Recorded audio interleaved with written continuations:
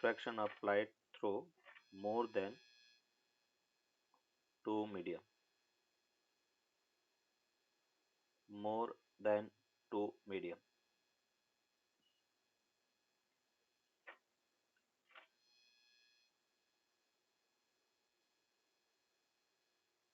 Refraction of light through more than two medium.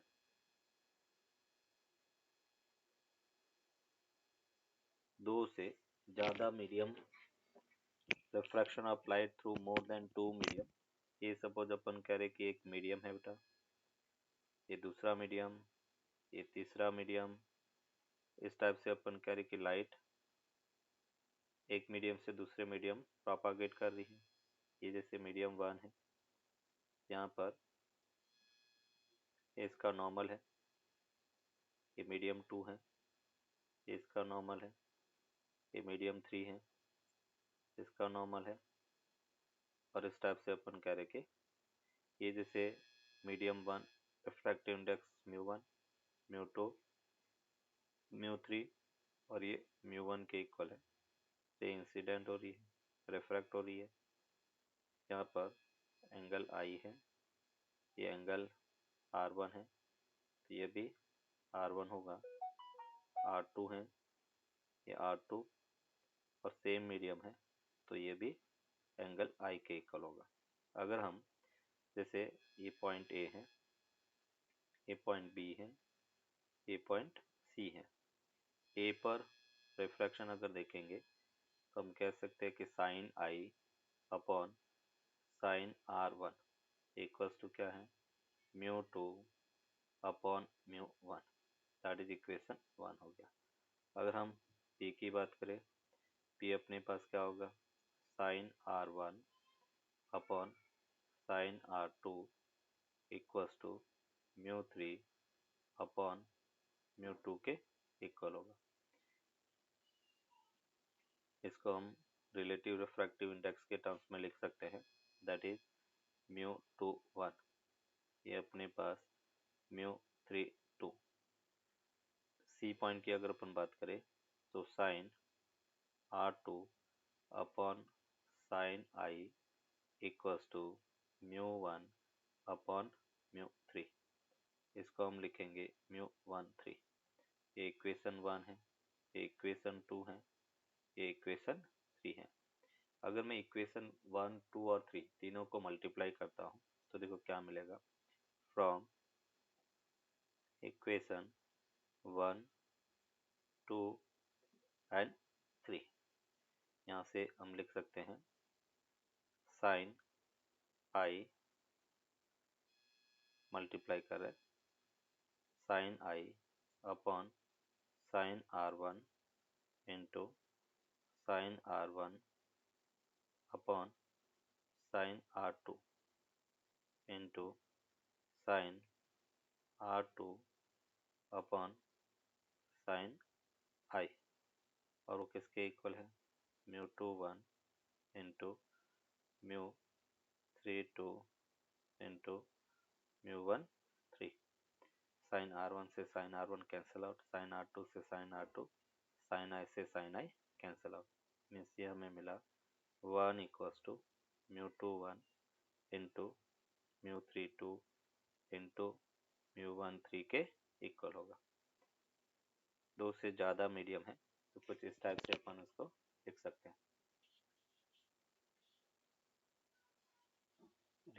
ray is incident at an angle of 45 degree in medium of refractive index μ1 root 2. Find the angle of emergence.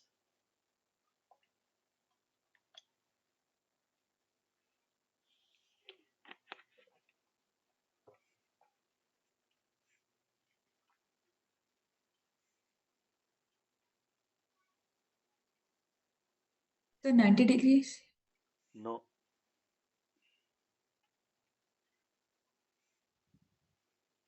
Snell's law apply करना बेटा. 90 degree तो कैसे आएगा,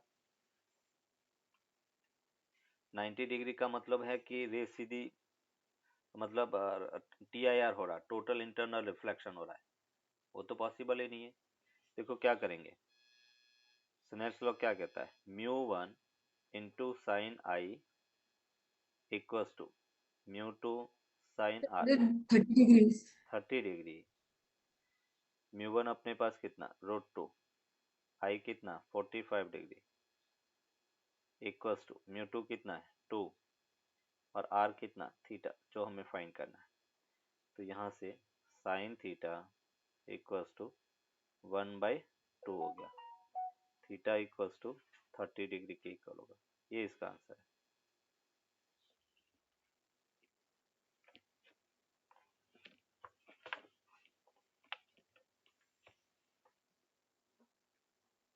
done sir. Yes next बेटा one more example देख रहे हैं। ए light रे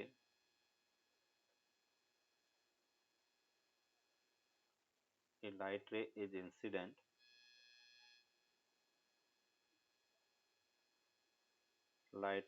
incident on a glass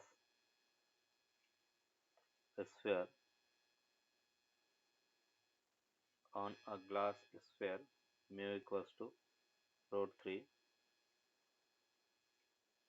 at an angle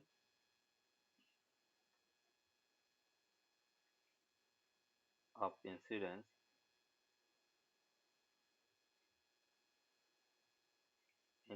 60 degree as shown. Find the angles R, R dash and E and the total deviation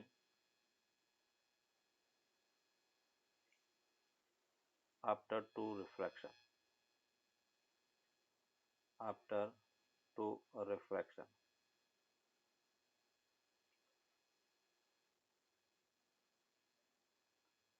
ये एक स्फीयर है, ये axis है नॉर्मल जिसे अपन कह सकते हैं।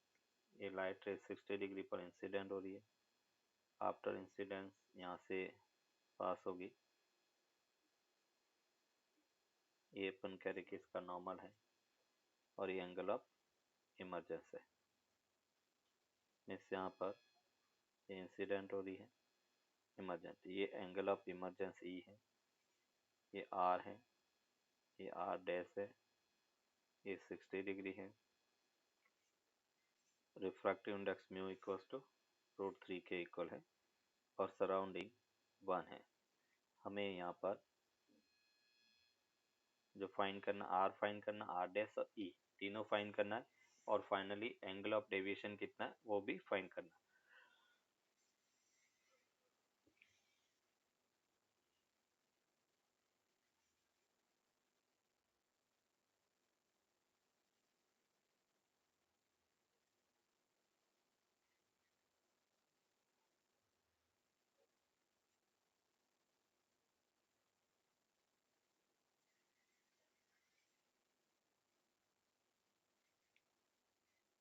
चलो तो नो एंगल ऑफ डेविएशन जो है वो 60 डिग्री क्लॉकवाइज होगा। देखो कैसे, पहले अपन इस पॉइंट को मैंने ए मार्क कर लिया, ए पॉइंट बी है। अगर मैं ए के लिए स्नेल्स लॉ यूज करता हूँ तो 1 into sine 60 equals to √3 sine R. तो sine 60 √3/2 equals to √3 sine R. √3 से √3 cancel out, sine R equals to 1/2, R equals to 30 degree. अभी बाई ज्योमेट्री अपन देखे तो आर और आर डैश दोनों सेम होना चाहिए, क्योंकि फेसिंग साइड सेम है तो एंगल भी सेम होगा। या हम बी पॉइंट के लिए स्नेल्स लॉ लगा सकते हैं। यहाँ से हमें मिला √3 साइन आर डैश, सॉरी इसको ज्योमेट्री से फाइंड करना पड़ेगा। तो ज्योमेट्री से अपने को ये पता चला कि ये वाला रेडियस आर है, ये भी बेटा रेडियस आर है।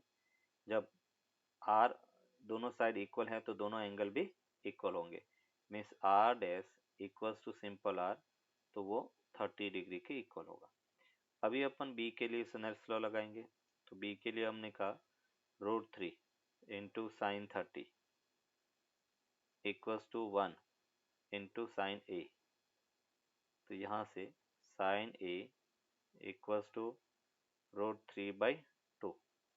ए की वैल्यू कितना हो गया, तो 60 degree. A equals to 60 degree के इक्वल है। साइन ए √3/2 और ए इक्वल्स टू 60 डिग्री। अभी एंगल ऑफ डेविएशन चाहिए। एंगल ऑफ डेविएशन को अपन लिखेंगे Δ1 प्लस Δ2। जैसे यहाँ पर फर्स्ट केस में ये रे इधर जानी चाहिए थी, सीधी स्ट्रेट उठा, तो यहाँ पे अपन कह रहे कि रे सीधी जानी चाहिए थी, बट अपन कह रहे कि इतने एंगल से डेविएट हुआ। और वो डेविएशन कितना होगा, क्योंकि ये 30 डिग्री है तो ऑब्वियसली ये भी कितना होगा 30 डिग्री। तो Δ1 30 डिग्री और वो क्लॉकवाइज डायरेक्शन में। फिर अपन कह रहे हैं कि ये रे सीधी ऐसे जानी चाहिए थी और ये एंगल 30 होगा, तो ये भी 30 होगा। तो Δ2 वो भी 30 डिग्री है, तो 30 degree plus 30 degree, total angle of deviation 60 degree clockwise होगा। 60 डिग्री क्लॉकवाइज इसका एंगल ऑफ डेविएशन होगा।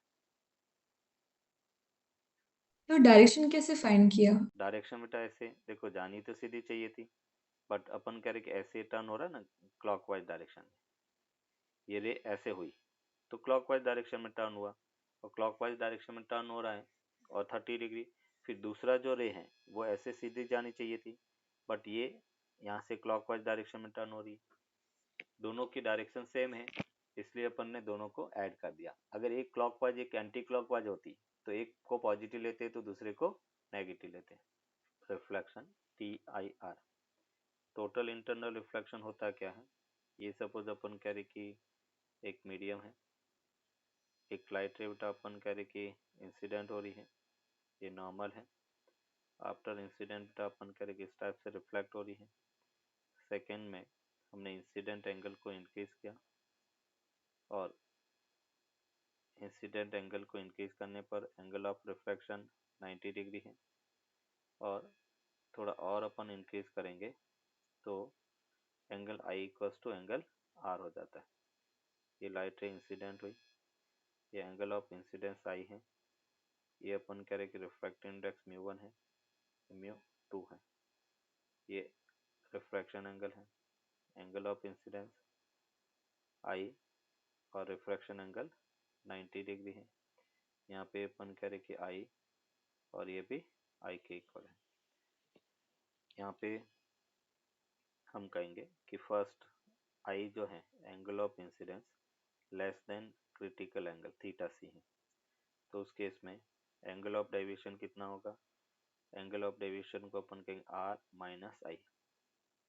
फिर सेकेंड केस में I इक्वल्स टू θc है, क्रिटिकल एंगल के इक्वल, एंगल ऑफ डेविएशन को अपन लिखेंगे 90 minus θc।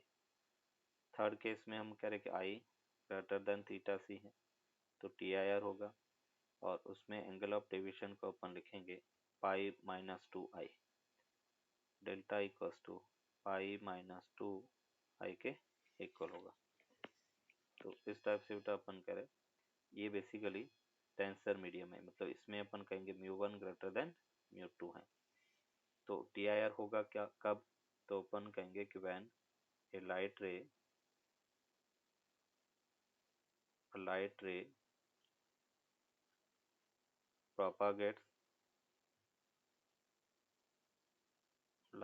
propagates from denser medium to denser medium to rarer medium, denser medium to rarer medium, then at a particular angle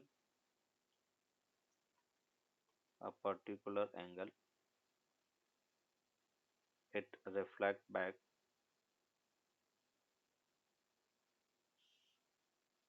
into same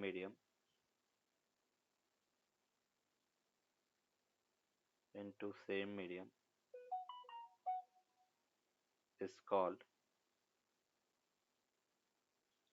total internal reflection. Total internal reflection is called total internal reflection.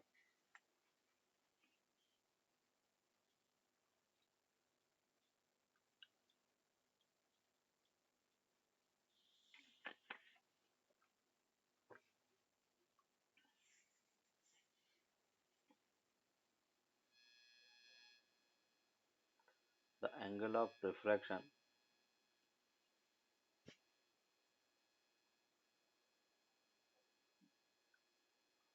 the incident angle for which the angle of refraction becomes 90 degree is called critical angle. Is called critical angle. मतलब हम ये कह सकते हैं Snell's law अगर लगाए mu one sine I equals to mu two sine R, तो हम यहाँ पर कह रहे हैं कि इफ आई बटा थीटा सी होगा उस केस में आर की वैल्यू 90 डिग्री होगा। मतलब हम लिख सकते हैं mu one sine theta C equals to mu two sine 90 degree. Means यहाँ से sine theta C equals to mu two by mu one के इक्वल होगा। Sine theta C equals to mu two by mu one. मतलब हम ये कह सकते हैं कि theta C equals to sine inverse mu two by mu one के इक्वल होगा। ये अपने पास थीटा सी की वैल्यू है। अगर बेटा अपन कह रहे हैं इसको हम ऐसे भी लिख सकते हैं mu two by mu one में म्यू जो है वो रेयर मीडियम का रिफ्रैक्टिव इंडेक्स है, म्यू वन है वो डेंसर मीडियम का रिफ्रैक्टिव इंडेक्स है। मतलब mu R upon mu D ये भी लिख सकते हैं। अगर मैं कह रहा हूँ कि रेयर मीडियम एयर है, मतलब हमने यहाँ पे ये कहा कि let rare medium is air, rare medium is air. अगर रेयर मीडियम एयर है तो उस केस में अपन कह सकते हैं कि थीटा सी साइन थीटा सी वो 1 बाई म्यू के इक्वल होगा। एयर के लिए रिफ्रैक्टिव इंडेक्स 1 और दूसरा मीडियम है उसका म्यू, तो थीटा सी हम कह सकते हैं साइन इनवर्स 1 अपॉन म्यू के इक्वल होगा। Theta C equals to sine inverse 1 upon mu के इक्वल होगा।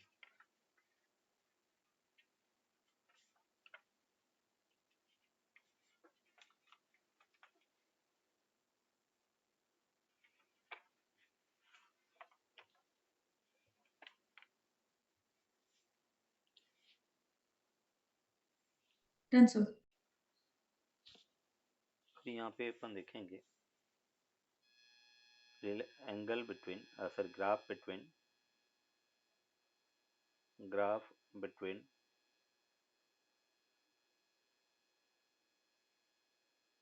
graph between angle of deviation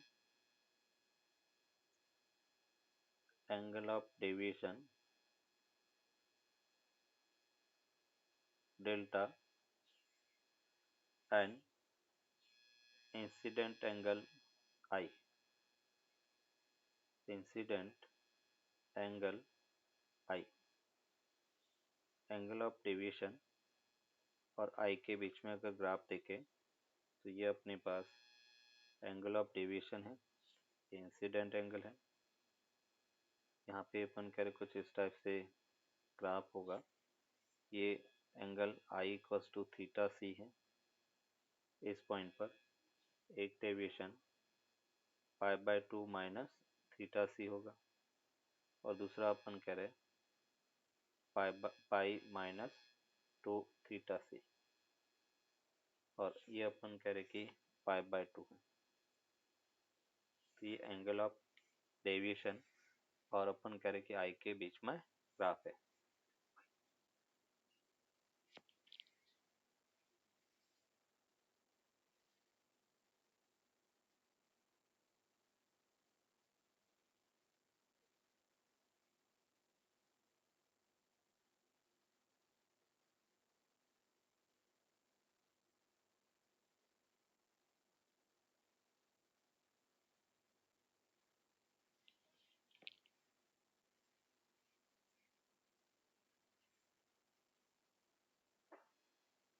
μ1 3/2 and μ2 6/5। हमें पूछा गया है कि find the angle theta, find the angle theta for which the light, for which the incident light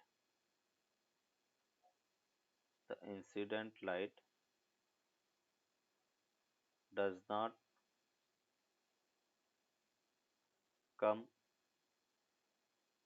out from, find the angle theta for which the light ray does not come out from the side BC। BC से अपन कह रहे कि रे बाहर नहीं निकले, उसके लिए एंगल कितना होगा, थीटा की वैल्यू वो अपने को फाइंड करना।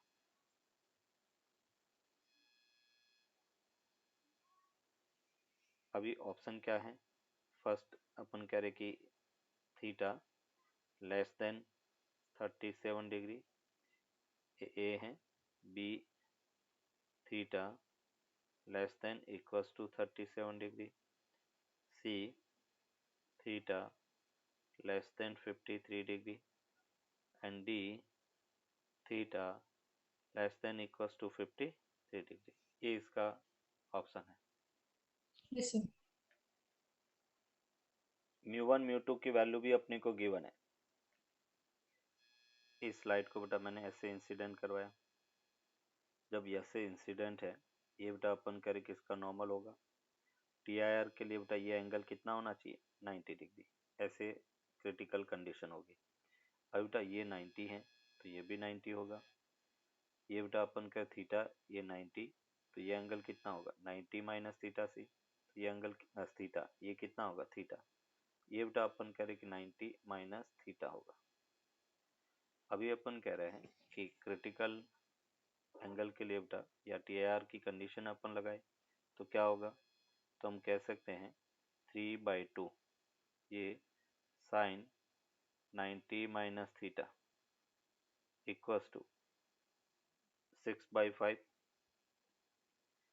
और ये बेटा अपन करेंगे साइन 90।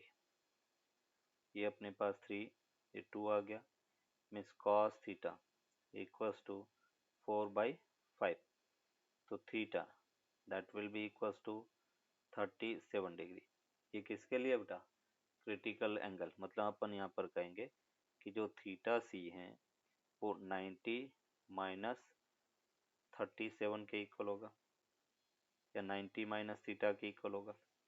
अभी बेटा अपन कह रहे हैं कि जो एंगल ऑफ इंसिडेंस है वो थीटा सी से ज़्यादा होना चाहिए, है ना। तो हम यहाँ पर कहेंगे कि थीटा सी 90 माइनस थीटा से ज़्यादा है। तो वो ज़्यादा कैसे होगा ये वैल्यू, जब अपन कह रहे थीटा की वैल्यू डिक्रीज होगी और थीटा जो है वो 37 डिग्री के इक्वल है। तो हम ये कह सकते हैं कि theta less than equals to 37 degree होगा। उस केस में जो इंसिडेंट एंगल है वो ग्रेटर देन थीटा सी होगा। और जब अपन कह रहे कि इंसिडेंट एंगल क्रिटिकल एंगल से बड़ा होगा तब जाके अपन कह रहे कि TIR होगा। तो यहाँ पे जो थीटा 37 डिग्री मिला है उसको 90 माइनस थीटा, बेसिकली हमें 90 माइनस थीटा की वैल्यू को बढ़ाना है। तो 90 माइनस थीटा पे रिफ्रैक्शन एंगल 90 डिग्री मिल रहा है। तो अभी 90 माइनस थीटा को और अपन बढ़ाएंगे तब जाके अपन कह रहे कि TIR होगा। और थीटा 37 मिला, इसका मतलब थीटा को 37 से कम करेंगे तब जाके अपन कह रहे कि टोटल इंटरनल रिफ्लेक्शन होगा। एप्लीकेशन में फर्स्ट अपन कहेंगे that is optical fiber. Optical fibre, optical fibre क्या है? तो अपन कह रहे हैं यूज्ड इन ब्रॉडबैंड कम्युनिकेशन का। Optical fibre, optical fibre is used in broadband communication, broadband communication,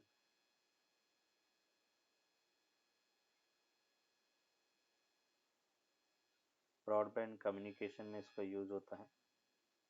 इसका वर्किंग देखो किस टाइप से है। ये अपन कह रहे कि सेंट्रल पार्ट है, ये आउटर पार्ट है।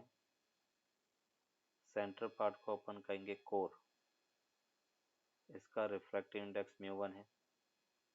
आउटर रीजन है उसको अपन कहते हैं क्लैडिंग, जिससे ये कवर होता है, इसका रिफ्रैक्टिव इंडेक्स μ2 है। और यहाँ पर कोर का रिफ्रैक्टिव इंडेक्स क्लैडिंग से ज़्यादा होता है, तभी अपन कहेंगे टोटल इंटरनल रिफ्रैक्शन होगा। ये इसका सेंट्रल एक्सिस है।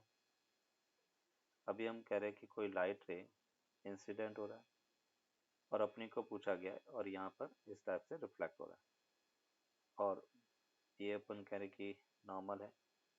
सपोज यहाँ पर थीटा मैक्सिमम है, हमें पूछा गया है कि थीटा की किस मैक्सिमम वैल्यू के कोरस्पॉन्डिंग टोटल इंटरनल रिफ्लेक्शन होगा। ये आर है, ये एंगल कितना होगा थीटा सी, और ये एंगल कितना है 90 डिग्री।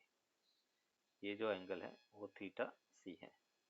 मतलब मैं ये कह सकता हूँ कि R equal to 90 minus theta C के इक्वल होगा।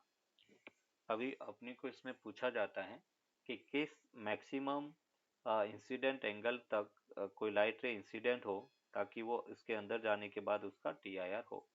तो हम क्या कहेंगे, स्नेल्स लॉ यूज करें बेटा। तो यहाँ पे हमने कहा 1 into sine theta max equals to refractive index μ1 into sine R, और आर को हमने क्या लिखा 90 माइनस थीटा सी। मीन्स यहाँ पे हम लिख सकते हैं कि sine theta max, sine theta max equals to μ1 sine 90 minus theta C. Sine 90 minus theta C क्या होता है कॉस थीटा सी, तो μ1 कॉस थीटा सी। अभी यहाँ पे अपन कह रहे हैं कि अगर हम थीटा सी की बात करें कॉस थीटा सी, तो कॉस थीटा सी किसके इक्वल होगा, तो हम ये कह सकते हैं cos theta C equals to under root 1 minus sine square theta C है। मीन्स यहाँ पे हमें मिला 1 minus sine square theta C को अपन लिख सकते हैं 1 माइनस 1 अपॉन म्यू, और उसका अपन रेयर अपॉन डेंसर μ2 बाई μ1, और उसका होल स्क्वायर। क्योंकि क्रिटिकल एंगल की बात करें बेटा इसका, तो साइन थीटा सी μ2 बाई μ1 के इक्वल होगा। μ1 ग्रेटर देन μ2 है, rare medium upon denser medium. ये वैल्यू बेटा अपन यहाँ पे रखेंगे, तो साइन थीटा मैक्स वो क्या मिला अंडर रूट μ1 का स्क्वायर माइनस μ2 का स्क्वायर होगा। मीन्स थीटा मैक्स की वैल्यू अगर अपन देखें तो थीटा मैक्स वो हमें मिलेगा sine inverse under root μ1 square minus μ2 square के इक्वल होगा। Theta max sine inverse under root μ1 square minus μ2 square के इक्वल होगा। जब सन से रेज आती है तो जो लैंड के कांटेक्ट वाला पार्ट है वहाँ पे हीट ज़्यादा होगा, ऊपर कम, तो नीचे रेयर मीडियम हो जाता है और ऊपर डेंसर मीडियम। तो ये अपन कह रहे कि लाइट रे टोटल इंटरनल रिफ्लेक्शन होता है, और ये लाइट रे यहाँ से आती हुई दिखेगी, मतलब अपन कह रहे कि डेजर्ट के अंदर ऐसा हमें इल्यूजन लगता है कि ट्री जो है वो उल्टे हैं, मतलब इसी को अपन मिरेज फॉर्मेशन कहते हैं। और जब अपन कह रहे कि मिरेज ये डेजर्ट के अंदर अपन देखेंगे तो हमें लगेगा कि नीचे वाटर है और वाटर के अंदर ट्री की इमेज बन रही है, जबकि ऐसा होता नहीं है। अपन कह रहे कि वो इमेज हमें उल्टा दिखता है और उसी को अपन मिरेज फॉर्मेशन कहेंगे। तो illusion of inverted image is called mirage beta. Illusion of inverted image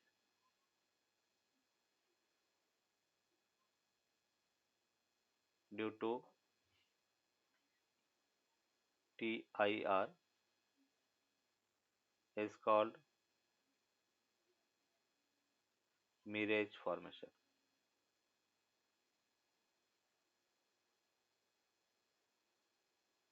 Is called mirage formation.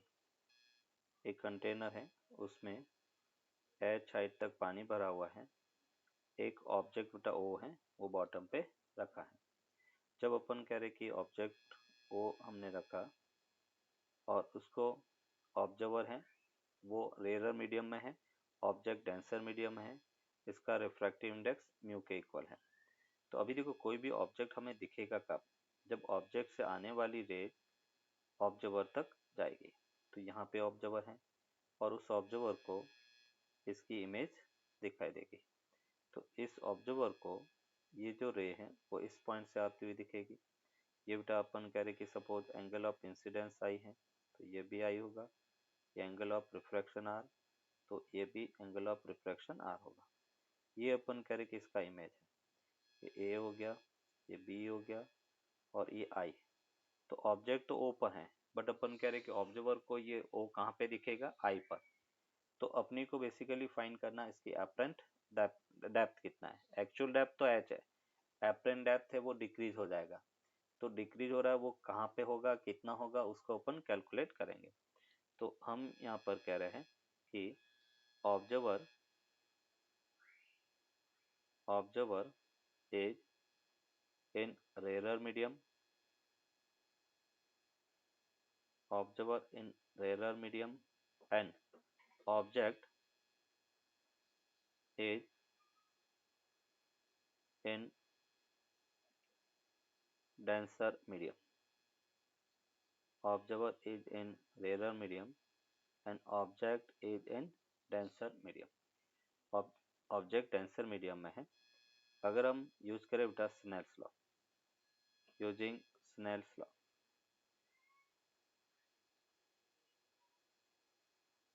अगर हम स्नेल्स लॉ की बात करें तो क्या मिलेगा, mu into sine I equals to 1 into sine are.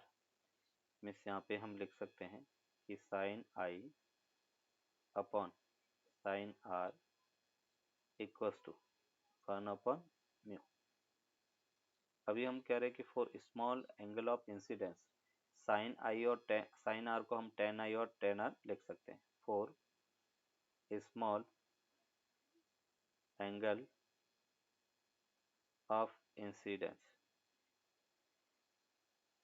Small angle of incidence sine I upon sine R equals to tan I upon tan R हो गया, इक्वल्स टू 1 अपॉन म्यू के equal होगा। टेन आई क्या होता है, perpendicular upon base.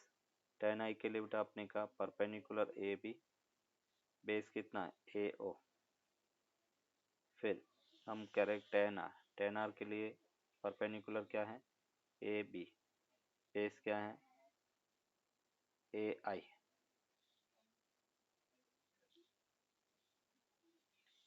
ये अपन कह रहे कि बेस है, मीन्स यहाँ से इक्वल्स टू 1 अपॉन म्यू के इक्वल होगा। ए बी से ए बी बेटा क्या होगा, cancel out, means A I equals to A O upon mu के इक्वल है। ए आई जो है उसी को अपन एपरेंट डेप्थ कहेंगे। नोट करो, यहाँ से जो ए आई है that is called apparent depth. तो हम ये कह सकते हैं कि अगर एपरेंट डेप्थ का मतलब virtual depth, apparent depth A I वो होगा रियल डेप्थ अपॉन एच बेटा, रियल डेप्थ अपॉन म्यू। तो इसको अपन कह सकते हैं कि जो एपरेंट डेप्थ हमें मिला H apparent,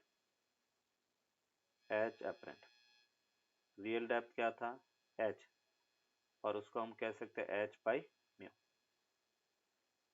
H upon mu के इक्वल होगा। और म्यू बेसिकली क्या है, इंसिडेंट मीडियम, इसकी जगह हम ऐसा भी लिख सकते हैं, म्यू है वो mu incident upon mu refracted medium है। तो अगर अपन कह रहे कि सराउंडिंग मीडियम वो भी अपने को दिया हुआ है, तो हम कह सकते हैं कि H mu I upon mu R के इक्वल होगा। म्यू आई जो मीडियम है वो डेंसर है। अपने को मोस्टली ये वाला फॉर्मूला याद रखना है कि apparent depth H upon mu के इक्वल होगा। अगर अपने को शिफ्टिंग पूछा जाए, एपरेंट शिफ्ट या शिफ्टिंग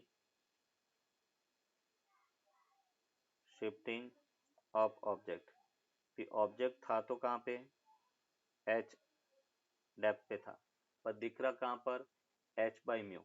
तो एपरेंट शिफ्टिंग को अगर अपन देखें, delta x real depth minus apparent depth, apparent depth real depth minus apparent depth, real depth F है एच है और ये एच बाई म्यू।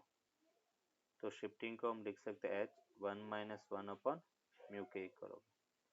ये अपन करें कि इसका एपरेंट शिफ्टिंग ऑफ ऑब्जेक्ट है।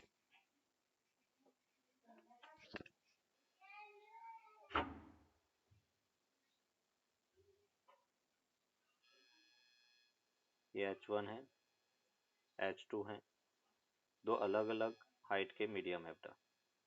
फर्स्ट H1 है, सेकेंड अपन करें कि H2 है।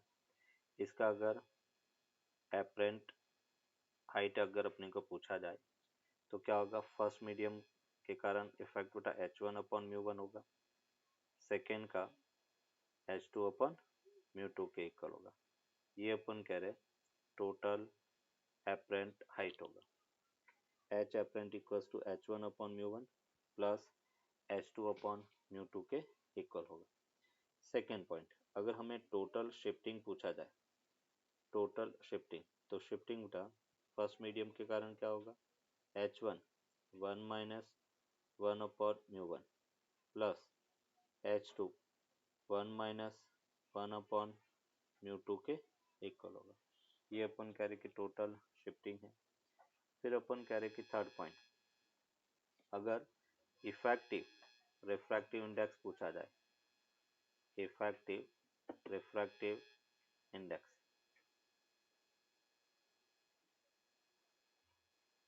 इफेक्टिव रिफ्रैक्टिव इंडेक्स, और इफेक्टिव रिफ्रैक्टिव इंडेक्स क्या होगा, तो उसको अपन कह सकते हैं कि mu effective that will be equals to real depth upon apparent depth के इक्वल होगा, real depth upon apparent depth,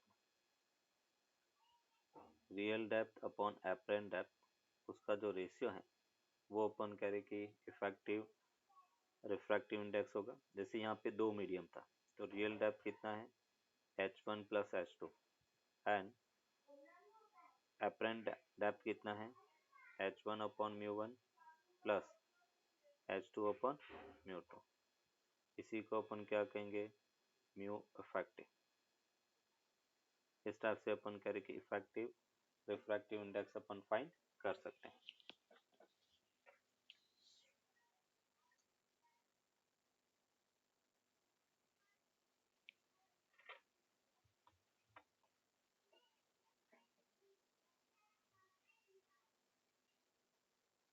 That's all.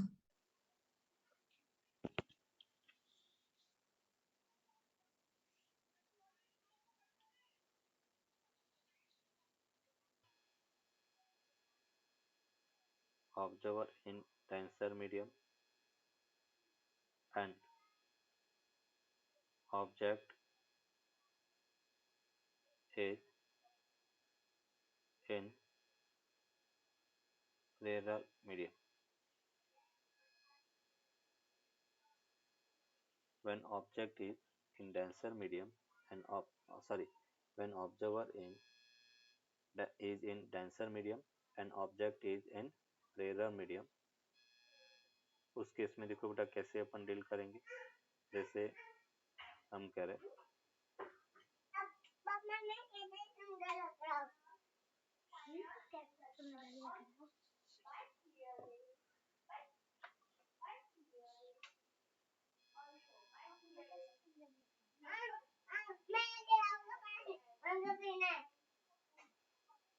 And Snell's law बेटा क्या कहेगा, तो बाहर वाला रेयर मीडियम है तो 1 into sine I equals to mu into sine R के इक्वल होगा। मीन्स साइन आई अपॉन बेटा साइन आर इक्वल्स टू, यह हमें मिला म्यू। वही बेटा स्मॉल एंगल के लिए साइन आई को अपन टेन आई लिख सकते हैं, तो sine I upon sine R equals to tan I upon tan R equals to mu के इक्वल होगा। टेन आई की वैल्यू क्या है, तो परपेंडिकुलर ए बी अपॉन अपन कह रहे कि ए ओ। टेन आर क्या है, tan R A I upon A B upon A I equals to mu. A B से A B cancel out, means A I वो में मिला ए ओ इंटू म्यू, और ये अपन कह रहे कि एच अप्रेंट ए आई वो उठा म्यू इंटू एच के इक्वल होगा। अप्रेंट डेप्थ वो अपन कह रहे म्यू इंटू एच के इक्वल होगा। मतलब अपन कह रहे शिफ्टिंग है वो ऊपर की तरफ होगी, और अपन कह रहे कि म्यू टाइम्स शिफ्टिंग है वो बढ़ रही, म्यू इंटू एच के इक्वल होगा।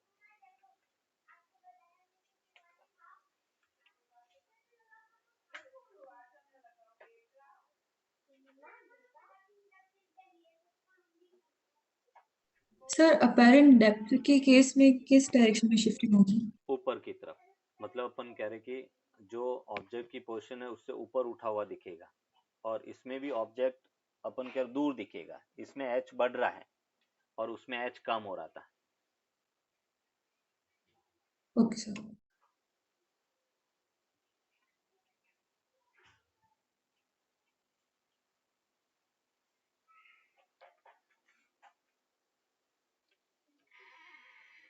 Done sir.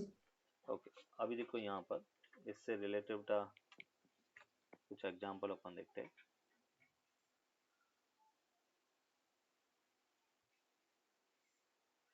एक कंटेनर, उसमें पानी भरा हुआ है,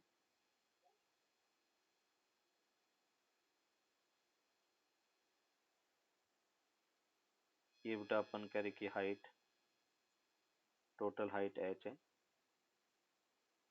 एक फिश है, वो बेटा अपन कह रहे कि h/2 पर है। मिडल में एक फिश है, और इस फिश की जो डेप्थ है वो h/2 के इक्वल है। ये बेटा अपन कह रहे कि h/2 है। और यहाँ पे अपन कह रहे कि एक बर्ड है,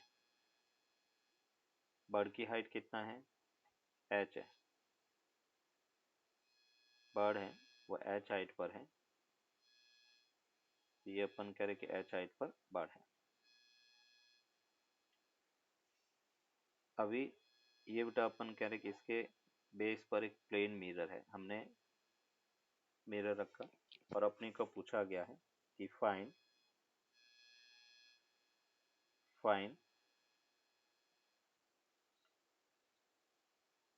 the distance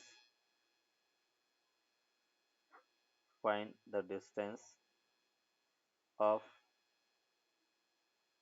image a fish in mirror